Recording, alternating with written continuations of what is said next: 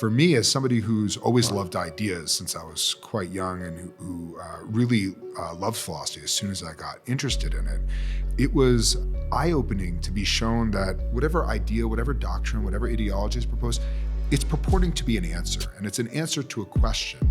And insofar as there are multiple putative answers to all of these questions, the questions are somehow bigger and more fundamental than these claimants to being answers. And Plato, I think, takes that sense, that awareness we have, that there's something bigger than whatever we believe or whatever we've reasoned out, and even whatever massive tomes we've produced or read. There's something bigger than that. And for me, that fills human life with a kind of richness, a richness that produces conversation, that produces debate, that's way more human than all of us just somehow fitting as sort of like bees in a hive, and everything is predetermined and clear because the ideology or the system has determined it as such. I think that should give us courage, exposure to other people's perspectives. It's moving us in a good direction. Welcome to Conversations with Peter Boghossian. I just had a fantastic conversation with Alex Priou. He's a scholar of intellectual history, studies Plato, and he has a podcast, The New Thinkery. I hope you enjoy the episode. Alex. Hi, Peter. Welcome to Conversations with Peter Boghossian. Thanks for talking to me today and playing some backgammon with me. Looking forward to it. I'm telling you in no uncertain terms, I am out to win this game. Are you? I'm not screwing around with you. Okay.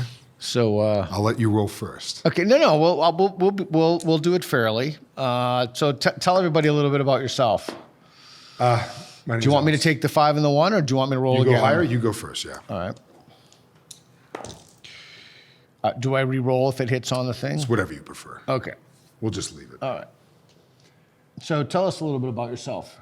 So, I work in the history of political philosophy, specifically on Plato, but I really teach across it. And as a teacher, I'm pretty much a generalist. I like to teach literature and poetry and film and really across the board. But my real passion is in teaching Plato. And you have a job with the University of Austin, which is extraordinarily impressive. Yes, I'll be teaching there starting in the fall, and I'm looking forward to it. Teaching some courses in their core curriculum. I'll be teaching a course on Plato's Republic, and then I'll be teaching a course on Machiavelli as well. And you wrote, your last books were about Plato. Yeah, I've written 3 books. My first was a sort of updated version of my dissertation. It was on Plato's Parmenides, and then a short book that probably is my favorite book I've written on Plato's Symposium called Musings on Plato's Symposium. I love this symposium on love. Yeah. Yeah. It's 49 short aphoristic sections interpreting the symposium, and then the other one was called Defending Socrates, and it's on Plato's 3 dialogues on the question of knowledge, Theaetetus, Sophist, and Statesman. So. A couple of things. What lessons does ancient Greece have for our current predicament? So the ancients are primarily focused on, look, I blocked you. You can't. I know, shit. Yeah, I know. Not off to a good start, Peter. You hit me? No, I know. Struggling. I know. The ancients were concerned with the question of the good life, but they were absolutely aware that our primary understanding of the good life comes from our opinions about the good, which are largely coming from our political community. To work together, we have to have a shared conception of the good, even when it seems to be fraying. There are certain basic agreements that are holding us together. And so for the ancients, political philosophy had to be the primary line of inquiry, because if you're going to understand what the good life is, you need to question those opinions. And so exactly. The question of the good life immediately comes to the question of what is the regime under which I live? How is it informing my life? How is it educated me? But more importantly, how has it miseducated me? And that's one of the reasons I'm really attracted to the University of Austin, is because it is really trying to work outside the regime, but not in a sort of simply alien way, tech-phobic and all of that, but really trying to find a way to create thoughtful citizens aware of the pitfalls of their current predicament. And so for me, ancient political philosophy is really crucial to what we're doing. So what did the ancient Greeks have? Did you? Oh, shit. What did the ancient Greeks have in terms of a good life, or what did they know that we don't? I mean, there's a lot there. I think the primary thing that they were aware of, and that we sort of struggle to, that's a risky move. I know. And that we sort of struggle to understand. Well, there's 5 and 2. We struggle to understand is that, look, we're living on 500 years into the modern project. If you start with Machiavelli, we can debate that, but we're living 500 years into that, and the main aim there was, let's sort of lower the goals and try to create a society that's really effective. And so, with modern economics, with modern politics, the aim is always to try to make people feel sort of comfortable and safe, right? Maybe make them wealthy even. And so the problem with that, and this has had, I think, certain historical ramifications, especially in the 20th century, but the problem with that is that that's not all that human beings want. Human beings want a meaningful life. They want something above and beyond that. They want their lives to matter in some larger context, maybe religious, maybe some kind of cosmic purpose, whatever it might be, and who's to say whether that purpose actually can be fulfilled. But the ancients were far more attuned to that, to the fact that human beings want something like that, and they need to educate those passions rather than merely to sideline. So when you look today at what's going on with especially a lot of young men, where they don't feel like society is giving them a place, where they feel like they're not allowed to be men, I think they could learn a lot from reading Plato and Aristotle, who take their passions far more seriously, certainly than their government does, but maybe more than a lot of modern thinkers do, certainly than a lot of sort of economically focused thinkers. Is there a pedagogical method that you think is, I'm trying to make this non-leading question because I believe it's the Socratic method, but is there a pedagogical method that you think is more effective with teaching certain people that intersects with the good life and education and the role of the state? Like, is there, okay, not all pedagogies are the same, right? In Sure. terms of their outcomes. So that means, some pedagogies are better than others. Yeah, of course. Yeah. So, I mean, it depends what kind of student you're dealing with. I just had an incredible interaction with a former student. Kid was escaped, yeah. Yeah, I'm out. Yeah, go ahead. Former student, he would come to class occasionally, always stoned. He would say thoughtful things when he was there, but he wasn't there enough, and it was kind of disappointing. You don't know if it's because he was stoned, but yeah. No, he was reflecting on it. He tried, but he was obviously distracted by his extracurriculars, Yeah. And he, that student came up to me. He had gotten clean, wasn't smoking weed anymore. He was looking for a purpose. He's, I think, going to be fishing off the coast of Alaska on a big rig, salmon fishing. And so he's going out, he's seeking out challenges. That student I reached through more sort of rhetorical, sort of talking about the limits of democracy, how it makes you listless and aimless.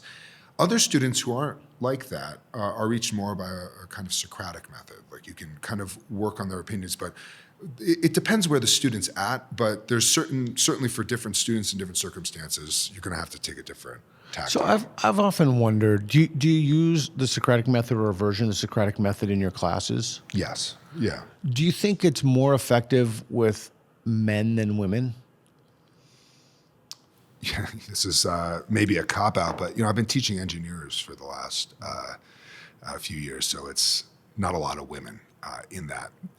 And the women who are interested in engineering tend to be more masculine in many ways. Yeah. So that said, I taught at a predominantly female school many years ago. This is now a decade ago, at Sarah Lawrence College, and there were some pretty spirited young women in there, and who were eager for a debate. It's very hard from my limited experience to really come down on that. Obviously, there's a deep connection between a kind of masculine competitiveness and Socratic dialogue, and that's obviously something Socrates exploited. He was a wrestler. Yeah. Plato, yeah, he was. Yeah. Ooh, 1 and 3, that's not. I guess I can do 3. I'm trying to block you in here. So you 4 and 2.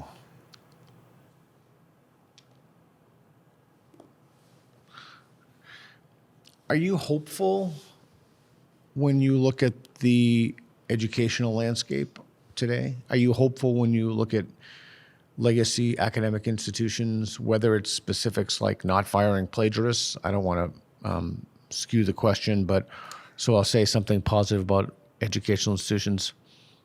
Oh, geez, I can't seem to think of any, but are you, are you hopeful about legacy? Well, here's one. So they're starting to not require DEI statements at some institutions. I think that's just bluster, but that's just show. But Absolutely. yeah. I mean, I've been on search committees, and it strikes me that there's not so secret sort of racial biasing, and I'm sensitive to the need to bring in. But like, look, we were having teaching positions in my former position, and we would get pushback saying, "Why don't you hire a black woman?" It's like, well, when you look at Yale's English department is majority minority. Yeah. Like, that tells you something about our chances, right? They're not going to take. It tells you that the best people go for those, and so anyone else in a distribution, I guess. And this is the problem is if you really are serious about DEI, if you're really serious about education. I went to grad school in New Orleans. I used to drive out to this Vietnamese neighborhood in New Orleans East because they had fantastic food. It's out by the marshes. You can take a walk, and you had to drive through the most destitute neighborhood. I tried to find a bus schedule to go out there because there was a bus. I think it ran every 90 minutes or something like that. So what do you do if you're a young black kid growing up in this neighborhood? How do you get to a job? You can't. I mean, you can. It's going to take you hours to get there. Maybe you ride a bike if you're lucky enough to be able to afford one. I mean, so we talk about underrepresentation in the academy, and there's all this hand-wringing about hiring, about statements, et cetera, when obviously the problem starts with a lack of resources, lack of education, a lack of all the things that would bring somebody from these low-income neighborhoods, these destitute neighborhoods. And then they turn to you and they say, well, you're racist because you haven't hired somebody like this. It's like, no. Academia is going well overboard in trying to get their numbers up. Like, if they're underrepresented and they're overhired, right? These DEI hires. If you really want to improve things, go down to the neighborhoods. But they don't want to do that because it's all this virtue signaling. It's all this sort of. They don't want to do any of it. They want to do the easiest stuff, not the hard work. Yeah, it's your turn. Yeah, they don't want to get rid of legacy entitlements. Mm-hmm. There was the famous Ibram X. Kendi tweet that brought him down about the number of people who pretend to be minority, and if they were, with the implication, if there were systemic discrimination, you'd pretend to not be a minority. Mm-hmm. So here's a question I've been wondering. Maybe you can help me. I've asked a lot of audiences this, and I've yet to hear a good answer for this. So if you only looked at grades and test scores, and you only accepted, I think it was if Harvard only accepted the top 10% of people in those distributions racially, over 51% over would be Asian. So I've asked a lot of people this question. I have yet to receive any answer that even remotely satisfies me. What's the problem with that? Oh, shit. I mean, I don't have a problem with that. I don't have a problem with it either, but what would the problem? I mean, I don't know. But if it's Asians, it's Asians. I mean, I don't understand why that would be an issue. I mean, one could make the case that you would want some sort of maybe cultural diversity, right? A sort of different habits of learning, maybe. I mean, but those wouldn't be along racial lines, I don't think. Well, it wouldn't be racial, but I think there's obviously cultural. Cultural components that undergird or accompany sort of racial groups. So, okay. I mean, one could make the case along, and I'd be sensitive to that. But the idea of taking 51% and scaling back to 20 sounds crazy. Okay, so let's engage me in a thought experiment as I think through this. So tomorrow we wave a wand, and it becomes a complete meritocracy. The it in that sentence is acceptance and enrollment and admissions is total meritocracy. And it just turns out we have a radically disproportionate number of Ashkenazi Jews and Asians. Okay. Yeah. I mean, maybe I'm failing to see something. I mean, this is where you would think that the success of a minority group, right, would be an indicator of certain tactics. So your 6 is right there that you got to. Oh, I forgot. Oh, it's an X. That one's got to move. Yeah.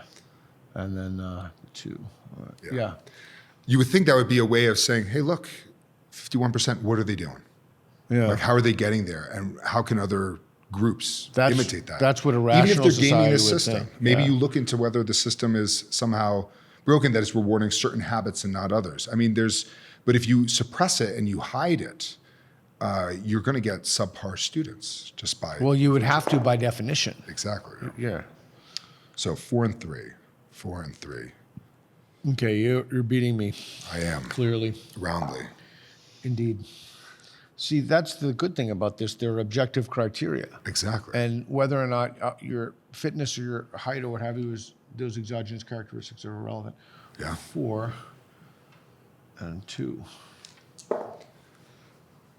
2 and 1. Reed, do you play backgammon? Reed does not play backgammon. We're going to add that to His list of sins. Reed's improvement list here. Okay, I don't like this roll, so I'm going to do my best. You're still safe with that I'm roll. safe, but I'm increasingly unsafe. All right, now that was good because you got to leave 2 open. I love this game. It's really It's good. I haven't played this game perfect in mix of forever. You don't have to think too much. It's not like 2 chess. and Like you 3. can still have a conversation. Oh, you Yeah. fucker. All right, 6 and 2. I can't go. 5 and 2. This is not a good roll. No, that was It's rough.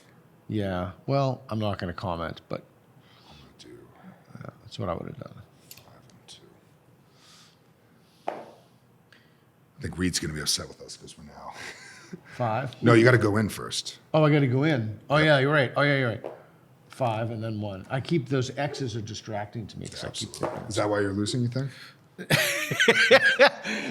No, I think I think it's luck. I love like anything that avoids taking responsibility for anything. Your audience should know I'm half Persian. You're Armenian. True. When I was in high school, I used to every lunch play my physics teacher was Armenian, really? and Wow. back it was really fun. But it was It's in our genes. yeah, it is. It's part of the culture. 1 and 5. Okay, I want you think to you're get the going to hell win out this of there, game unless I Peter. get super lucky. Oops, that was a reroll. weird roll. 6 and 2. 6. Thanks for agreeing to try this experiment with me. We've Happy never to. You know, I haven't played in years. played This backgammon is- with anybody. Ooh, gosh. All right, this is a This good is inflection it. point. This is it. This is it. This will determine. Oh yeah. Oh that's my thing. Okay. Okay. Oh shit. 3. 1, 2, 3. 1, 2, 3. One more. 1, 2, 3. All right. So you think studying philosophy is important? I think if you want to understand our current situation and some of the problems for reasons I've already given about how the ancients maybe open up certain questions that are not as obvious anymore, I think it's absolutely crucial, yeah. What are some of the things you've learned from studying Plato? I think the probably the primary thing I've learned is a greater sensitivity to the importance of questions.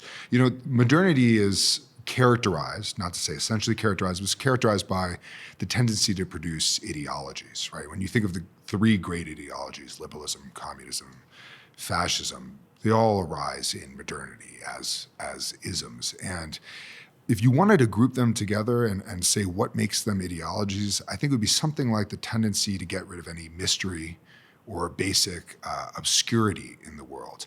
And the Socratic method, I think, ends up being the core of education.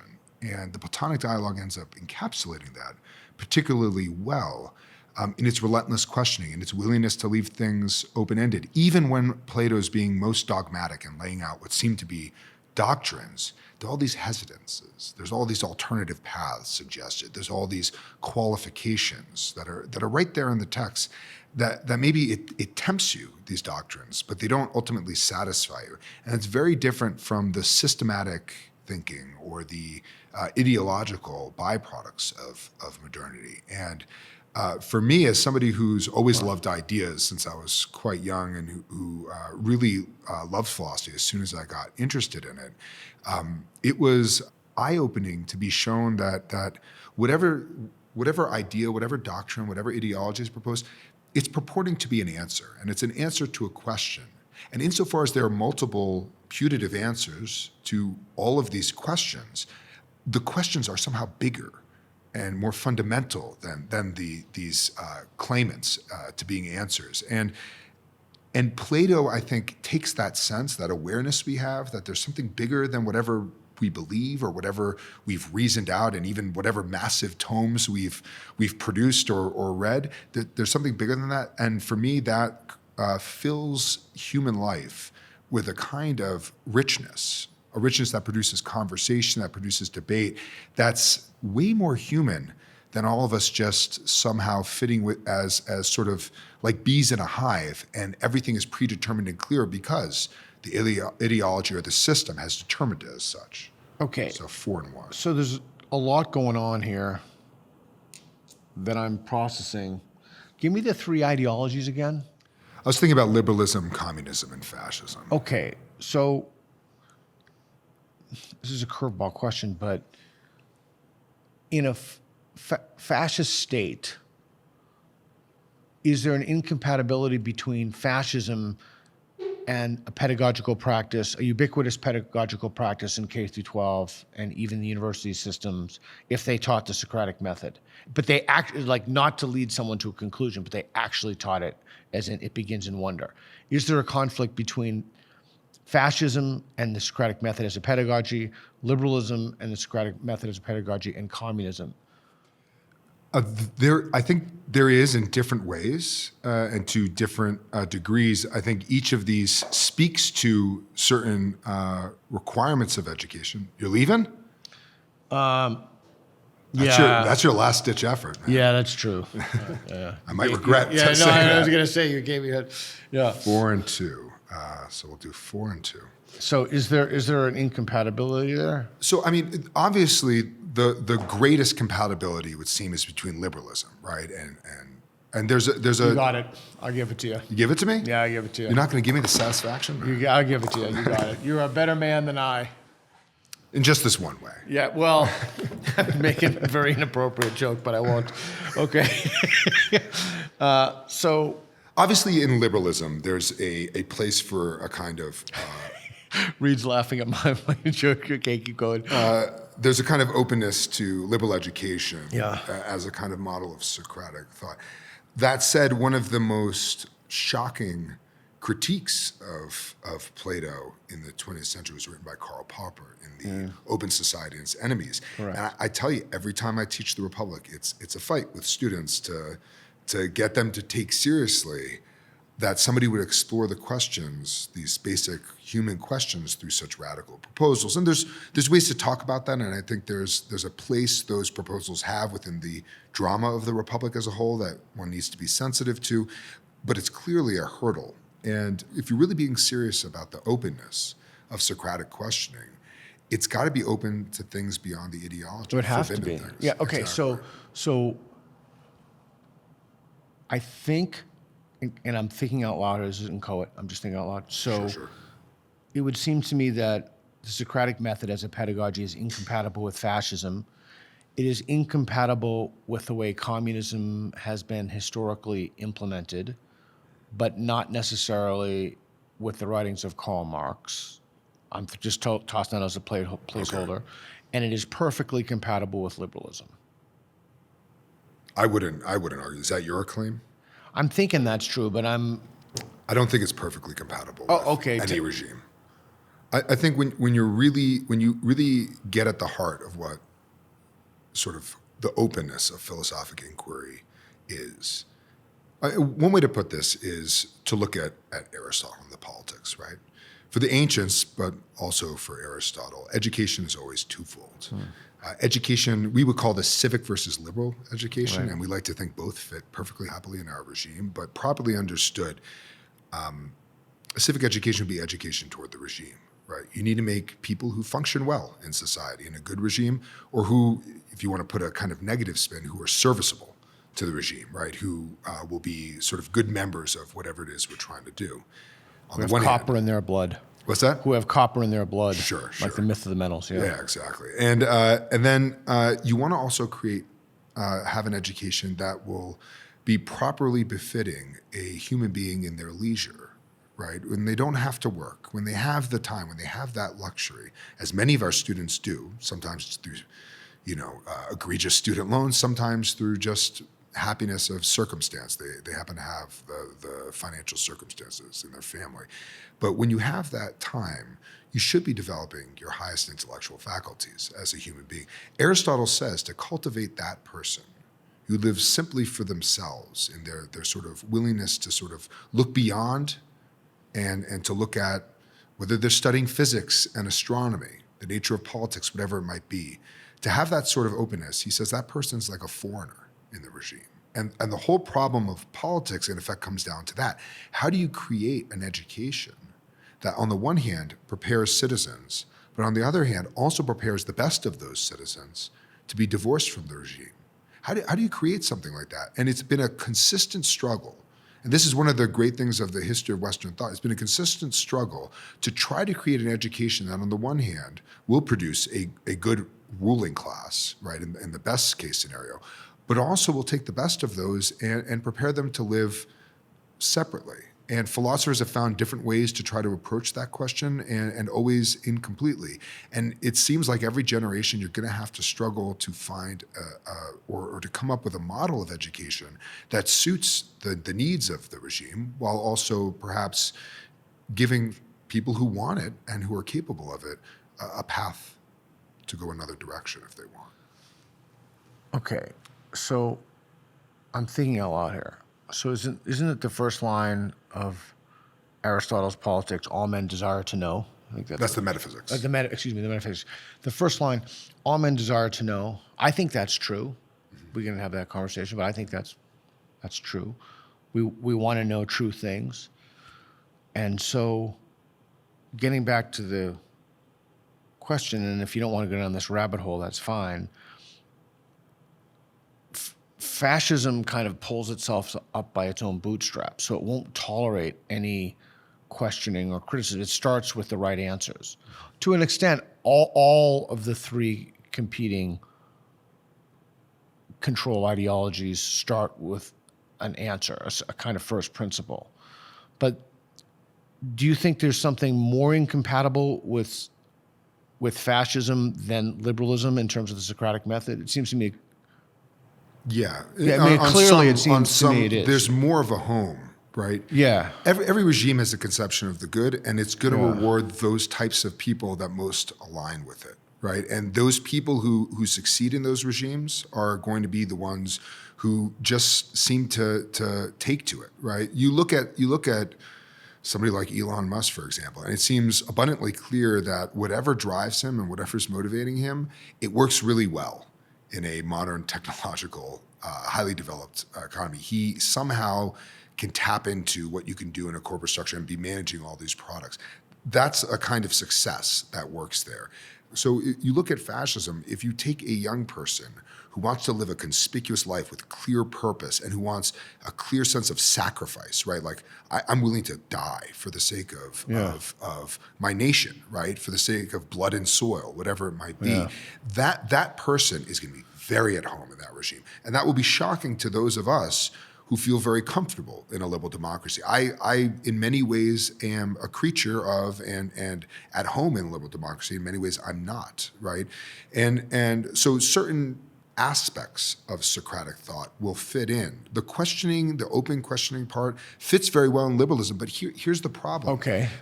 You get that. You go in, and what do you get in Socratic openness versus and sort of liberal openness? What's the alignment? The byproduct is they presume philosophy is just everybody has their own opinion. They presume philosophy means my philosophy versus your philosophy. They think it's just about sharing your ideas. With liberalism. Yeah, with liberalism. Yeah. And it's a fight to tell students you're wrong. Like you're coming in here with the wrong thing. No, you could. It might be very difficult to get at the truth, and it might be that there are these questions that we cannot answer in a final definitive way, but still it takes great effort and great intelligence to articulate those problems, right? To give them a clear statement of what the trade-offs are, right? Of what the limits of those solutions are. And that requires discipline and clarity of thought that's not encouraged by liberalism, which gives you the openness to think and believe whatever you want, and therefore doesn't instill in you a seriousness about thinking. So there are different obstacles and there are certain overlaps, whereas you could say fascism takes very seriously the truth, right? And people who are committed take very seriously, our way might be the true way. Communism as well. So seriously that they don't see beyond it. And that's another obstacle. But okay, and I don't want to level. I don't want to level these things. I'm not trying to say that there's an equality, but it's important to be sensitive to the limits of whatever regime you're in, and in what ways it's conducive to, but also gets in the way of serious inquiry. Okay, so I'm trying to take these discrete things you've been talking about and link them together, and this is just a first stab at that. So we have the good life and what it means to lead a good life. And if at any point my reasoning is in error, tell me and we can correct it on the spot. But to get to the good life, you have to have a kind of rigorous or robust epistemology. And to get a rigorous or robust epistemology, I would argue, you can certainly disagree with this, that the best way, but we can split hairs and so, or we can water that down and say among the best ways is the Socratic method. Mm-hmm. And then layered on top of that is that all men desire to know. And then the assumption embedded in that is that there's a truth to be known. There's a truth to be known about what economic systems work, about how to treat people. There are basic truths to be known. So I'm trying to wed together the concepts of the good life. And when you were talking about liberalism, it was occurring to me that the Socratic method has a built-in corrective mechanism, the elenchus, whereas the bedrock assumptions of liberalism are lacking.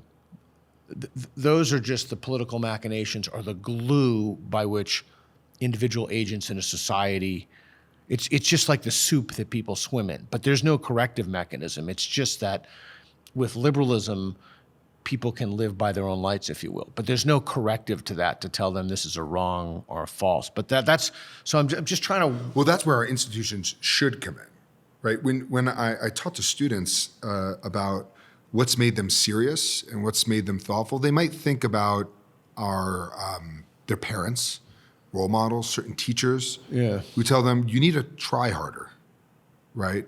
Whereas when you look at the culture, it pushes against that. You would expect that certain markers of success, the economy, I think, living in a society that has an incredibly sophisticated economy requires highly trained workers. And so, I've been teaching engineering students. They're remarkably disciplined. Then I go across campus and I teach a philosophy course, completely different situation. So there's a kind of stratification that emerges between students. So there are ways that we encourage seriousness, but seriousness about technical competence is very different from seriousness about living the good life, right?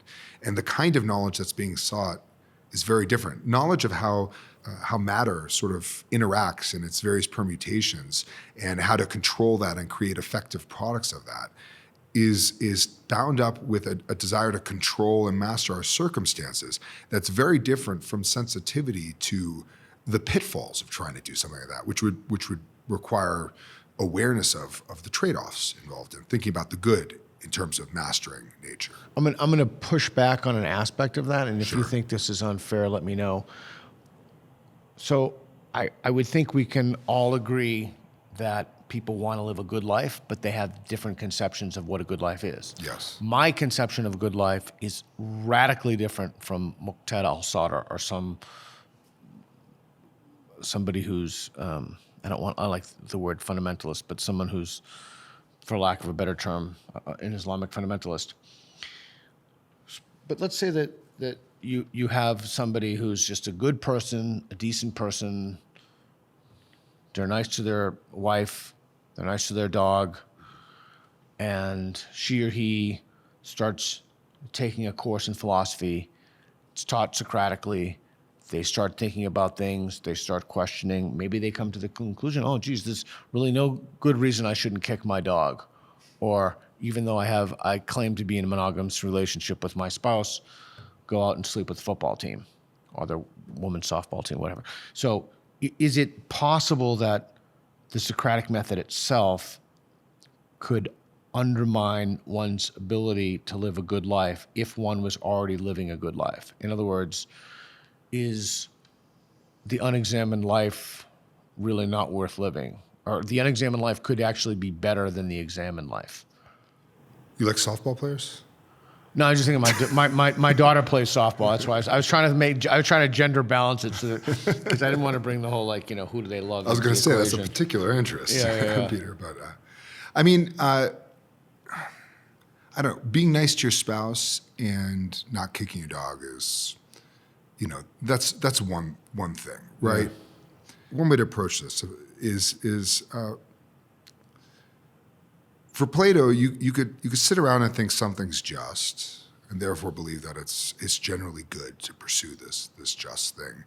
And sometimes justice will have negative consequences, and you just say that's how justice is. Yeah. Some people get hurt, but when you tell yourself that if I do this, I'm going to be happy, and then you do it, and then you're not happy, there's a kind of empirically verifiable sort of empirical verification that it goes there, right? We all have this experience in a very mundane way when we look at a menu and we say, "Oh, that's." I was just thinking that. That's good. Yeah, you say that's going to be good, and then you eat it, and it's awful. Or you've had it 10 times before; it's one of your favorite, and then you get it, and the chef screwed up. I wasn't thinking that. I thought you were going to say there's a food on the menu like a dessert. How sweet the sin, how bitter the taste in my mouth. But in that sense, it would be a great taste in my mouth. But you really want something, and then you yield to it. It creates you have a weakness of will, and you give into it. And so, in that calculus, it wasn't worth it.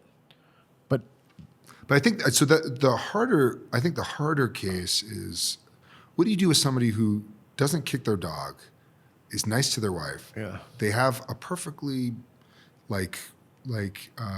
just sort of, I don't want to say mundane, but sort of decent and pleasant even. Yeah. Family life, and they're just not happy, right?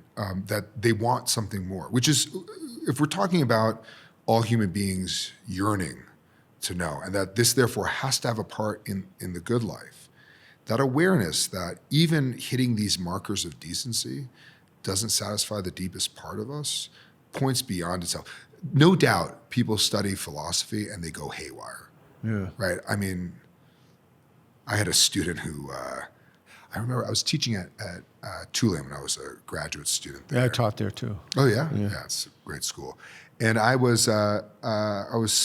was just after graduation, and I was going to a coffee shop on campus. It's pretty dead, and I just happened to bump into a student I hadn't seen in a year and a half, 2 years. And he sits down and he talks with me, and I'm like, "Oh, you must have graduated." He goes, "Yeah, I just graduated." I'm like, "Oh, what are you going to do?" He's like, "I don't know. I'm going to figure this out." Blah blah. He was a good student.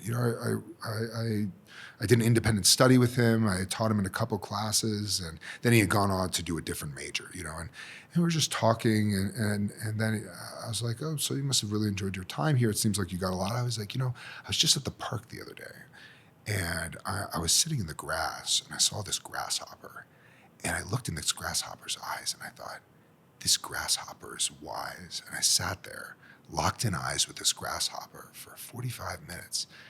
And I thought to myself, oh my gosh, this kid is nuts. He's probably on something. And then we're talking, and he's telling me this. I'm like, interesting story, buddy. And then he says, anyways, I got to get going. I just want to thank you for your classes. You changed my life. And I'm like, oh, I think I made him nuts.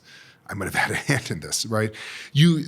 I'm being somewhat facetious, but there is always that possibility that somebody is interested in philosophy and maybe they go a little haywire, right? But that for him, that you taught him, and I've always argued that the highest form of the method is the Socratic method is when you impose it upon yourself. So he probably saw it modeled from you. He probably started questioning things, but for him, he's infallible in terms of his own tastes. So that to him was a kind of good life in which he had some positive experience. I have no idea what's come of him, but so there's no doubt that happens. But I think where philosophy really comes in is when you hit all these markers of what ought to make you happy, of what everybody says is part of a good life, and there's something still nagging you, and you say, these are good things, no doubt, but they're not the whole of a good life. That there's something above and beyond it. that's where I think philosophy comes in, is that you hit these markers and you're suddenly in touch with something deeper in you. Philosophy is an extremely broad word. Yeah. Can we narrow it down to say, to impose a corrective mechanism on your cognitions in general, but specifically with some, doesn't have to be exactly the Socratic method, but some kind of Socratic thinking counterexample, pushing back and forth? Like, I don't even understand how you could know that the society you live in is the society, like the public policy, and from the position of public policies, the public policies you have are the public policies you should have, or the way you live your life is the way you should lead your life, unless you have that self-imposed corrective mechanism. So it seems to me that the Socratic method would be the bedrock of everything. Yeah. I mean, I would go so far as to say Socrates is the greatest character in all of literature, the Platonic Socrates, precisely because he gets at the core of what it means to be human. So, and this gets back to what I asked you before about your conversation about the parallels between Athens and the U.S. You know, we did the spectrum street epistemology. Reed and I did that with the high school students out there. And I said, well, who talks about this or does this in their classrooms? And one person raised their hand, or two people raised their hand. I said, really? And they're like, yeah, they're homeschooled. I said, where do you go to school? They were homeschooled. Yeah. But we don't have that pushing back on people. We don't have that, okay, well, what about this? Well, what about this? And we've constructed entire institutions like equity in which we can't question some baseline assumptions. Mm-hmm. So to me, I would say that's the opposite of liberalism. Liberalism, you should be able to challenge those assumptions, and then that's, again, Popper's paradox of tolerance, right? But you don't have that in at least the historical communism, and you certainly don't have that embedded in fascism. So I guess I'm coming back to that question. It seems to me that certain overarching ideological structures are more, certainly, let me phrase it the other way, certain pedagogies do well with certain ideological structures. I don't know how, if this is in your ballywig, but like behaviorism, constructivism, the Socratic method. That's my highest cited paper, by the way. I'm amazed that paper is still cited. But so it would seem to me maybe a kind of, with behaviorism, a kind of fascism or communism. I'm just thinking out loud here, and that's what he talks about Plato in the first three books of the Republic. You know, you could be that you don't know, you know, harm your enemies and help your friends, right? I mean, you don't really know. So you need some kind of grounding, some corrective mechanism in your thoughts as an individual, but you can easily extend that to the system of governance in which you're living, right? You need some kind of a democratic process that's embedded within institutions.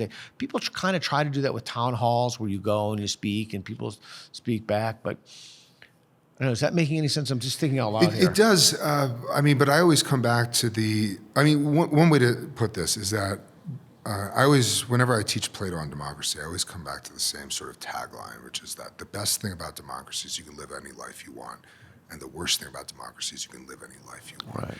And the way that Socrates describes the democratic soul in Republic Book 8 is that because he honors all desires equally, the democratic man kind of flits from one thing to the next and never has order or necessity to his life. And this is, say what you will about a firm religious education embedded within the state. It gives people order, it gives people necessity, it gives them seriousness about the overall structure of the world. And I talked to some students, and it's clear they don't take any of that seriously. And a lot of times, some of the better students and the ones who take these things seriously come from other countries where they've had that. That's so true. And so for them, that question is like in their bones, and they're going to take this truth seriously. And there's a commitment there that you can work with. With students in liberal democracy, it feels like you're actually starting a step back, which is, I need to make you take dogmatism seriously and then deflate that.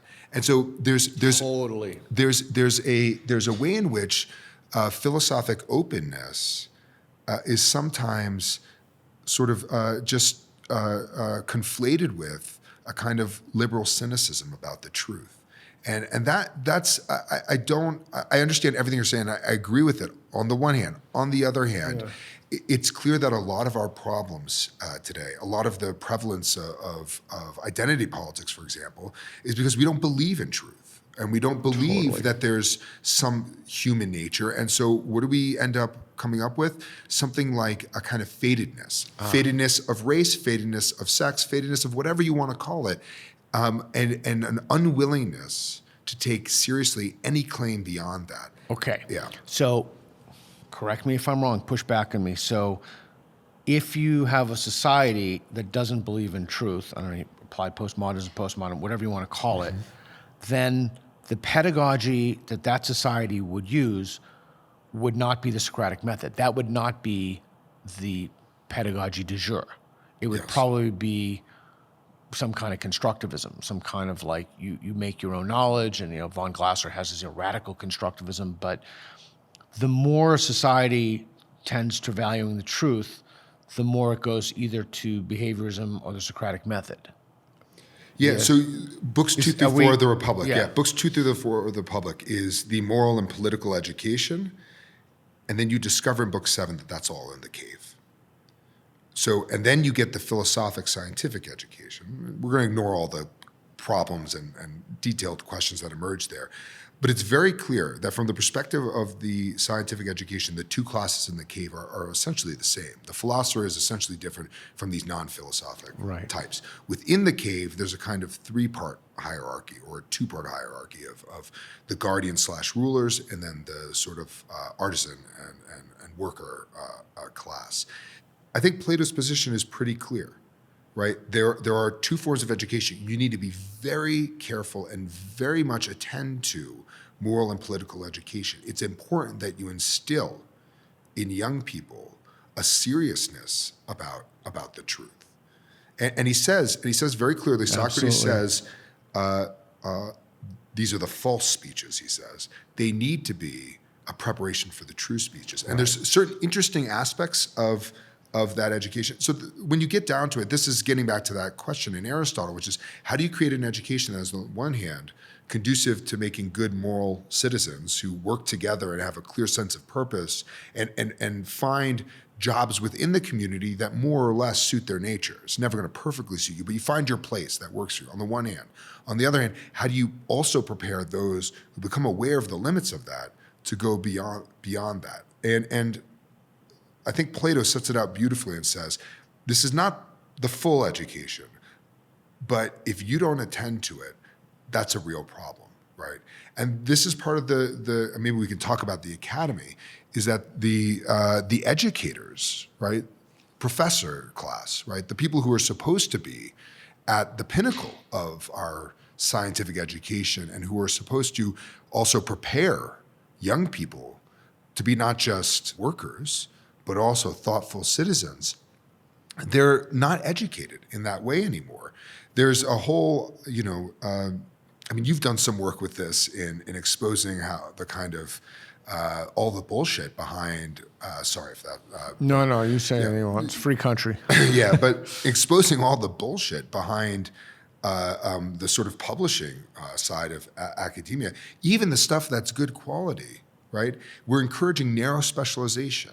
Right? We think of knowledge always, and part of it is progressive, like we're trying to add to our knowledge. There are new things to discover about ancient texts, about the world, right? There are things we need to learn, and new things can be found on the one hand. On the other hand, it's absolutely essential that education be an education of a new generation in the fundamental questions and ideas. I completely agree. And we've lost that largely. We've lost that. And it's good to have a kind of elite group that are sort of like, oh, here's a new manuscript. Let's edit it. Like, oh, we didn't notice this connection here. Let's work on that. But what would it mean if you took the educated class and said, what if you also wrote books that somehow for new media, right, for new tastes that are developing based on new circumstances and technologies, what would it mean to write in such a way that took these ideas and made them accessible. Oh, that's another, yeah. This is something I feel very powerfully as I, Yeah. you write these papers, and I've written academic articles that are published in journals, and you get people who read them, take them seriously, and they give you their thoughts, and it's wonderful, right? But then you write something that's a bit more broad, or that approaches people on their level, and the amount of people you can reach in that way, it might not be a ton because you're writing about Plato or something that, but you can reach more people that way. That's what civilization ultimately has to be. It has to be about saying, okay, here's this life, the Socratic life. Your colleagues will hate you, by the way, the more people you reach. Yes, absolutely. I mean, the envy is atrocious for successful academics, but there's that, right? There's this life. How do I somehow make that relatable to people who need it or who are aware of it, but they haven't given it a sort of statement? So what you just articulated to me is philosophy. That's a love of wisdom. That's making people's lives better, ameliorating suffering. I mean, that's it. It's not ever, I wrote a chapter with James Lindsay. It's not focusing on hyper-specific things of what Dan Dennett calls no abiding significance. I go to these conferences, I have no idea what these people are talking about. I mean, it's just so esoteric, I don't go anymore. But so there's just, again, I would love to do another section with you on this. There's so much we need to unpack on this. It's just, so I want to come back again to a few things, and you correct me if you think anything I'm saying is in error. To have a good life, you need a corrective mechanism. You need to have someone pushing back on you. In the academy, you were talking about the professorate. There are some things like the guardrails are too narrow and they're too tight and they're too restrictive to not only have conversations about certain topics that are hotbed now, gender, race, trans, whatever the topics du jour may be, or because they change over time.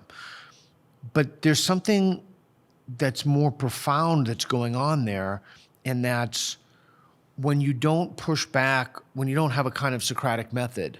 It doesn't have to be, I personally think it does have to, but it doesn't have, for the purpose of this conversation, it doesn't have to be the Socratic method. But if you don't have a kind of questioning students' reasoning process and ideas, then it's a kind of sclerosis for people's ability to engage ideas themselves. And it atrophies their ability to have a conversation with people with whom they disagree, because it's not being modeled in the classroom.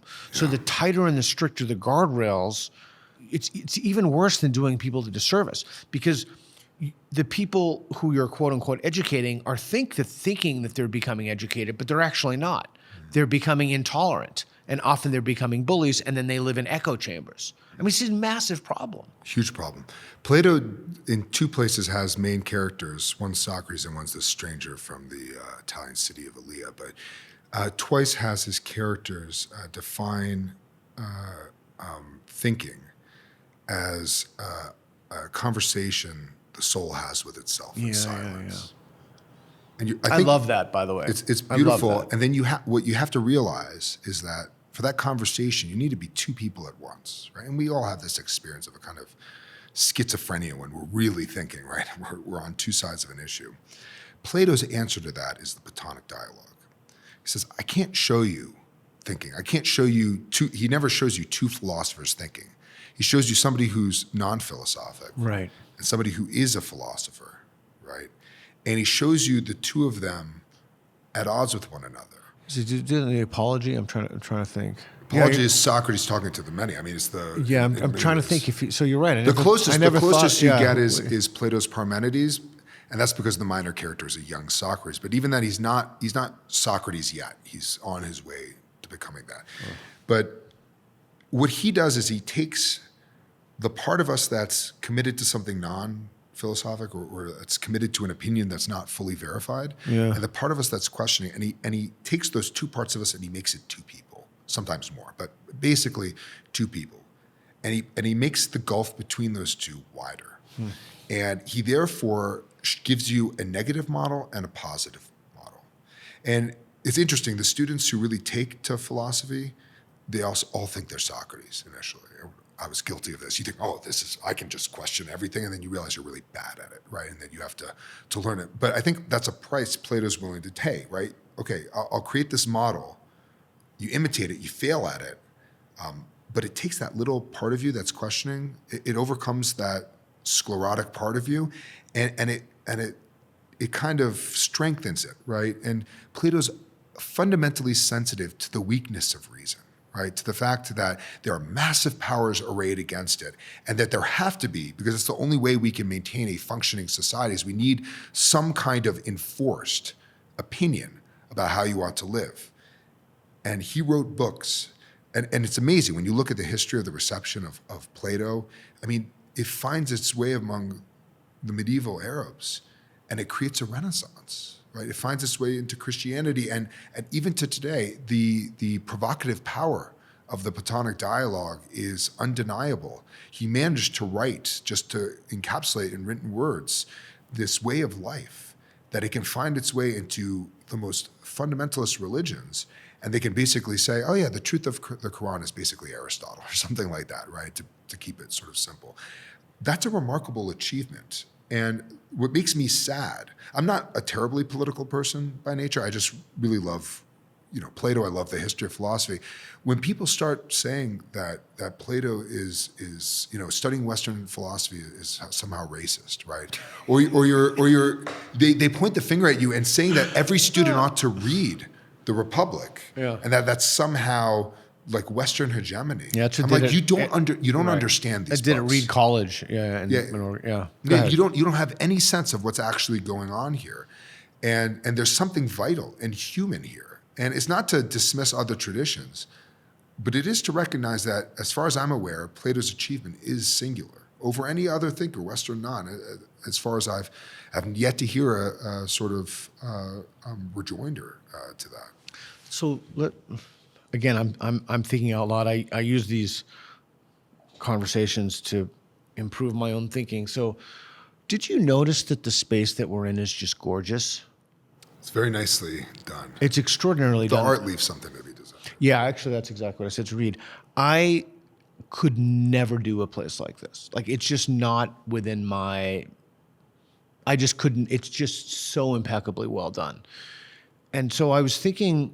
I read a tweet by Naomi Wolf that said it took her, and I'm still flabbergasted by this. It took basically 7 years to understand what J.K. Rowling was saying about putting a man in a woman's facility, and it was just, it just completely blew me away. Like, you would think that a child could understand that instantly.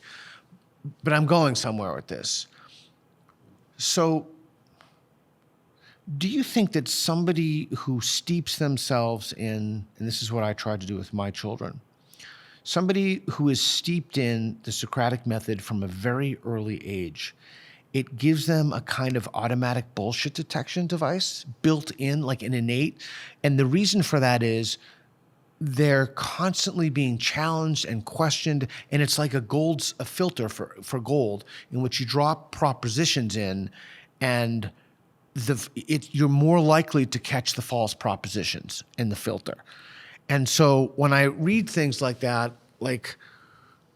so this aesthetic, I suppose you could do a kind of a Socratic method with aesthetics, but not really, because you'd have to break it down in propositional format. But I just wonder if it's a way to become less susceptible to madness, to just training people to think training people in this way of thinking about problems, which is what we do with street epistemology, spectrum street epistemology.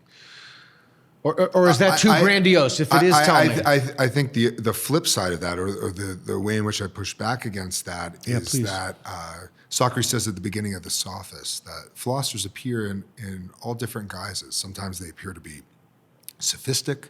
Sometimes they appear to be statesmen, like they're actually guiding people, to be sort of morally upright or something like that. And sometimes they seem to be insane. Yeah. And there is a way in which, if you're thinking with yourself back and forth. You may probably had these experiences. You do the street epistemology, and that's designed, right, to get people to think outside of their opinions. But then there's the question of when you're really going back and forth and you're thinking out loud. Some people have trouble following, and they're like, "What's going on?" When you are actively thinking and you're on both sides, there's a kind of I'll use the word schizophrenia. I'm not using that in the technical way, but in literally the Greek, right? A split mind, right? Yeah. And when you have that kind of split mind quality, the wrong kind of person who's been trained in that can really have a crisis, I think. I think thinking is an important thing, and it is in a way. What do you mean a crisis? Like what kind of crisis? You can have a kind of an inability to come to a decision, right? Or an inability to sort of grasp the problem, and yet you're somehow in the grips of the problem, right? And but if that's the case, then I would argue that the good life has been elusive to you all along. Yeah, absolutely. And I think that's a real difficulty. I think thinking is a lovely thing. It's the lifeblood, obviously, of a democracy. You need open deliberation, but it's one thing to think about that with respect to specific policies. Should there be, trans women in women's prisons or something like that? It's another thing to then take that and enlarge it into an entire way of life. Right, and to sort of... Okay, yeah. So I'm missing something, so help me, and I'm being completely sincere, help me understand this. It's so obvious to me, like obvious in terms of embedded in the purpose of education, that you have to have the Socratic method there. Mm-hmm. It's just so obvious for every reason that we've discussed. And that, we can focus more on liberalism or democracy or what have you, but I'm specifically thinking about for the individual, for the way they calibrate the confidence in their beliefs, to their evidence and reason they have for their beliefs, to the ability to generate counterexamples, to the ability to, the list can go on and on. Right. So what is it that the people who don't teach that know that I don't know? Like, why isn't everybody doing this? Like, so they must know something, either that or they're in the thralls of an ideology. Yeah, so what am I missing? Maybe we could go back to that comparison I gave of two students. Yeah. Some are reached by the elenchus, right, by the Socratic method. Some are reached by rhetoric. I think a lot of young people who are drawn to ideologies, whether on the left or the right, frankly, but when they're drawn to ideologies, it's because of the failure of their society to give them a purpose, right? And they're looking for, now, the Socratic method might not speak to them because it's fundamentally about questioning your purpose and questioning your place in the world and your conception of the good. I think this is one of the deepest problems of liberalism. One of the most difficult problems is that it leaves it open-ended, right? And it makes culture, in a way, a grab bag. And we allow liberalism to erode a lot of these old institutions and norms and our sort of cultural unity, and we're left with nothing. And then what comes in? Obviously, ideology, right? Like, whatever our Anglo-Saxon tradition or whatever you might want to say that informed the United States at its inception. I gotta say, I don't think I'm buying that. Okay. And again, please, I'm totally sincere. Please push back at me if you think that my reasoning is an error. So when we go around to colleges and universities, one question I frequently ask people is, has anyone ever asked you, particularly in the humanities, less so in STEM fields, how your opinions about whatever you're learning in class could be wrong? And I don't think I've ever heard a single person say yes to that question. Yeah. So that tells me that there's something governing the pedagogical models other than truth. For sure. Yeah. Yeah. No, I guess what I'm trying to say is that, say you go back 150 years, right? And you go to Harvard College, and you're reading some Shakespeare or whatever, right? There's a kind of a sort of cultural milieu that's there that then you can start to question and you can work within. As that gets eroded more and more, essentially what gives you that determining purpose is up for grabs, right? And that's where I think the non-questioning sort of ideological spoon feeding comes in. Yeah. It's filling up a gap that we failed to produce as a society. I don't know if you can get that back. I think I'm Peterson, very pessimistic. Peterson is trying to I think you have many, Tate, which I'm not a fan to say the least. Yeah. Peterson, you have different answers about the crisis in meaning. Vervaeke talks about this. You have different answers, and I think even those basic questions. But again, but it's a funny thing. They're all answered Socratically. What is it to be a man? Yeah, but that's very different from different from Homer or Shakespeare, that forms a people. I mean, but the method of asking the question is Socratic. Yes. The answers may be informed by different pantheons or traditions, but the way that you would answer that question would have to be Socratic, or else it would be some kind of Hellenetic process. Yeah, and this is where I get kind of pessimistic, to be frank. Yeah. I mean, Plato is pretty clear, and I think he's right about this, that you can turn the Socratic way of life into a method, let's say, like something that's sort of, and it can never be a method, because if it's a method, it's not really questioning, right? If it's just like a tool you use, like a formula or something like that, there are certain formulaic aspects, like you mentioned, like using counterexamples, et cetera, and understanding basic logic. But at the core of Socratic questioning, there's a kind of elusive part, which is you have to be aware of what you believe.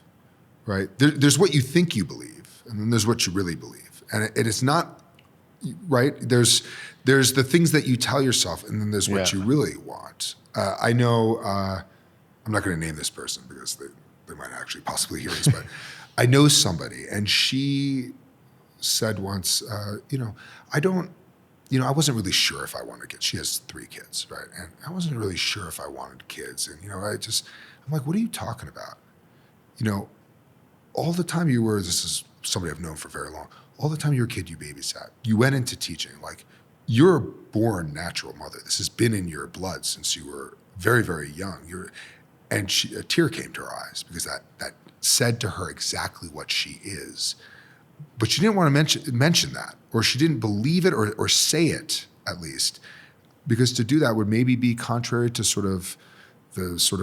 the feminist ideal of being able to choose that if you want it or not, rather than thinking that was always where she was going to end up and where she ought to end up. And if she didn't, that was a problem. So the belief was mediated by an ideology. Exactly. Yeah. And that's I think, a difficult aspect that's non-methodical, right? And I don't know how you put that in a bottle, but to ask that kind of very kind of delicate, fragile, elusive awareness, to make that the basis of a sort of common culture, very, very difficult. All right, I'll make a claim, and feel free to push back on it. Mm-hmm.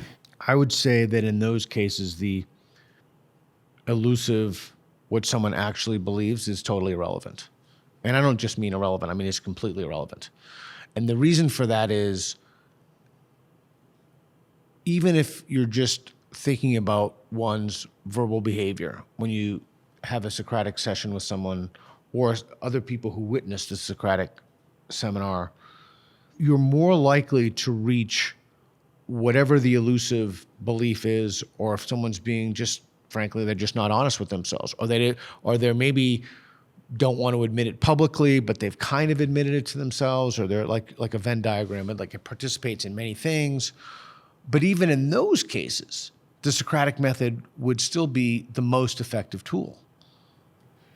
Yeah, but the methodical side of it is maybe I'm not hitting what you're driving at, so push back against. Maybe I'm not understanding. But the methodical side of it, of thinking about another person's opinion, that's all fine and well. There's what we tell ourselves we believe and what we really do believe. And I think to really hash out, it's one thing to say, well, let me try to defend my opponent's view. Yeah. It's another thing to say, wait, I think I actually believe that. And it's not just a matter of putting myself in their shoes, but realizing I don't even know that I'm wearing their shoes, right? And there's a lot at stake at this, because for this woman that I'm talking about, her whole happiness relies on this. If she sticks with the opinion and she defends that, and then she defends the other position as a rote thing, as a part of an exercise, that's very different from her looking at her patterns of behavior And another person can point that out to her. Yeah. And I pointed it out to her, and she became aware in that moment. I think, I don't know if she still is in touch with this, but she became aware of that moment of what she really is and what she really believes, and what were her sort of unquestionable sort of priorities of what she believed is a constituent part of a happy life for her. And she perhaps is not aware of how close she was to not doing that out of some kind of performative adherence to an ideology. But to realize that opinion is not just somebody else's, but it's been the thing that has guided you all along, over and against other things that you want to be true. That's a very difficult thing, and human life is often a sort of, therapy approximates this in a way where you're trying to be aware of what you really feel and what you really think, away from all these sort of this baggage you might have, but trying to get at whatever that part of you is sometimes takes decades. Okay, so please allow me to ask you this question then. So do you think that somebody who's been Socratically trained, particularly Socratically trained from a very young age, do you think that they make better friends? I think the best part of friendship is Socratic. I mean, the core of what you want from friendship, and we all know this, and your friend turns to you and says, "You're being an idiot." Yeah. Don't you realize that? And you'll take it because you know that they care about you, right? Or they care about your good. But even then I'll push back. There's something Socratic there, right? So you say, well, why am I being an idiot? And then he tells you why you're being an idiot, instead of telling someone to screw themselves or breaking the friendship or having a ideological difference about something completely idiotic. Yeah. But if you're Socratically trained, I would argue, I published a paper about this, I think in Journal of Educational Philosophy, I can't remember, but that you develop something else that almost nobody talks about, in that you develop a disposition. You do this, you engage in the Socratic method long enough and something changes in your disposition. But I would also argue, I don't have any evidence for what I'm about to say, but it's my strong suspicion, if you do not do that, you become doxastically closed, you become more, not febrile, not feverish, but you become more brittle, if you will, in your relationships. And so I think, and again, let me know what you think. I mean, I know in my relationships, like if someone say you're being an idiot or whatever, that would be handled within the context of the friendship, and I wouldn't question the friendship. But people who haven't been trained like that would question the friendship as opposed to trying to figure out what's true. And that itself is a disposition that can be nurtured through Socratic questioning. You ever have I just recently went through a divorce, very difficult, emotional time. Sorry. There's good sides and bad sides to Yeah. divorce, and there are moments where I've been very upset, and I wish my friends had called me an idiot.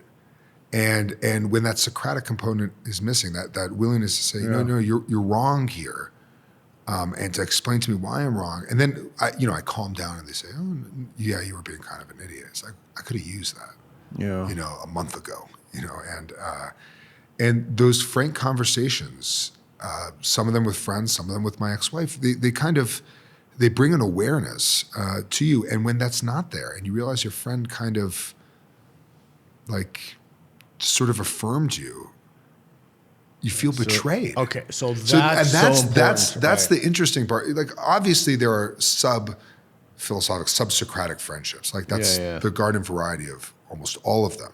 Yeah. But when you have a good friend, and everybody I think has an experience of this, and they don't call you on it, you're like, you weren't there when I needed you. And I've had friends that I've called on stuff, and we have gone through years of not speaking because they're angry. And then they come back and they say they're grateful. Okay, that's Aristotle's idea of the highest form of friendship is between two virtuous people, right? Yeah. So that's the idea that those people are really your friends. And I don't know if you've experienced this, but I have been stunned in this uniquely idiotic culture in which we live in: caustic, bitter, acerbic, divisive. The adjectives go on.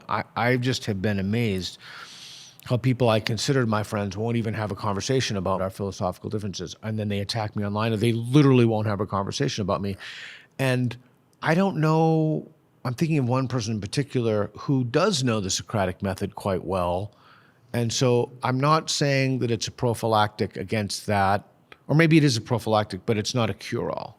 There is no cure-all to civilization. There's at the best, and this is why it's so fragile, civilization. I mean, Socrates was one guy in ancient Greece, in the midst of political turmoil, managed to live a certain way, or at least the way that life was embodied by his students, Plato and Xenophon. But Plato especially managed to make that an incredibly attractive life through these texts. And these texts could have been destroyed and completely lost. Yeah. Socrates could have lived and never found a genius of Plato's capacity. I've actually had as a nightmares student. about that. Yeah. Yeah. It's remarkable. And eventually the sun will explode and it'll all be gone anyways, right? And I don't know, maybe not. I don't know. we'll see. Who knows? Yeah. But it's incredibly fragile, incredibly easily lost. And it makes me deeply sad to see this in an age where you would think, given the proliferation of universities, that's a problem in and of itself, but given the ubiquitousness of universities, that this stuff would be everywhere. And yet now it's in a way even more in danger of being eclipsed. I don't want to overstate the danger. I think sometimes people get very doomsdayish. There are people who, these books are out there. The manuscripts have been meticulously edited. They're readily available in translations, multiple translations of every work, massive amounts of commentaries. But for thousands of years, it was considered one of the vital roots of Western civilization, the other being the Bible. And both are getting eclipsed. Both claim to the truth are being eclipsed, and that's a very sad thing. Yeah, and they're not only being eclipsed, it's not like they're being eclipsed by anything that's sane. The whole idea of truth is being eclipsed. Yeah. Helen Pluckrose has a wonderful piece, How French Intellectuals Rule in the West. Okay, a few things. Is there anything I should have asked you that I didn't ask you? I realized that our conversation was I have arranging. a podcast. Oh, yeah. So tell us about that. It's called The New Thinkery. I co-host it with two friends of mine, David Barr and Greg McBrayer, old friends, academic friends. And we try to model friendly conversation about the big questions, sort of like what we've done today. It's named after Aristophanes' Thinkery from his play The Clouds, but we try to keep it light. Yeah, we try to keep it light. We try to keep it a bit jokey, friendly, but also very serious. We talk about various texts in the history of political philosophy. We talk about Shakespeare. We talk about movies. We talk about topics. We just did an episode on fitness, for example, and the place of physical fitness in the good life and the philosophic life. Yeah, I'm a big believer in physical fitness for the good life. Absolutely, sir. Big believer. Anything else I should have asked you that I didn't ask you? Maybe for backgammon lessons, but But yeah, well, no, that's coming next. The backgammon lessons. We'll put my humiliation up online. But I was finding it was difficult. I thought it would be easier than I thought to play and talk. I was finding it was more difficult than I thought. Reed was right to both play and have the conversation, because I find myself counting. I used to be decent at backgammon. I moved sixes from one side to the other, and I had forgotten that. Well, a couple times when you weren't looking, I moved the pieces around. Did you really? No. You can go. Check the tape. Go check the tape. Wow, that's pretty impressive. Well, thanks. I appreciate it. Thank you very much. I enjoyed this immensely. I'd love to have you on again. I'd love to to do a super deep dive in that. And by the way, what's super interesting, one of the things that I'm trying to do, I can't get people who adhere to certain ideologies to have a conversation with me. They just will not come on the show. So Reed, solve that for me. I'm going to be having a series of debates with ChatGPT, and we're going to pump the works of these people in, and they're going to be a better version of themselves. And we're constantly improving the prompts. So, I don't want this to be pigeonholed as, right wing or conservative or centrist or liberal. I just want to have conversations with everybody. But most of the people with whom I want to have conversations won't have conversations. So that's solved. And I wonder, maybe we can talk about this next time. I've been wondering about whether or not we can train AIs in kinds of hybrids between the Socratic method and street epistemology to, in little dolls and robots, in like, I wonder if we can get around the human quote unquote problem of not asking how the belief could be wrong or of putting an ideology in by doing that through technological implement. You have to take the ethical guardrails off of it, which obviously the owners don't want to do. So for various reasons, but yeah, it's interesting. like it doesn't let you ask certain questions. It doesn't let you. It has a built-in sort of bias towards. Hopefully, liberal Musk tolerance. is going to solve that. I hope. I don't know. But anyway. What's that? I hope Musk is going to solve that we'll with his see. new AI. But thank you so much. I really appreciate it. Thank you for having me. This was wonderful. Thanks for watching. Be sure to subscribe and hit the notification bell. This falls under the umbrella of my nonprofit, National Progress Alliance. Your generous donations keep us going and help fuel content like this. We truly appreciate your support.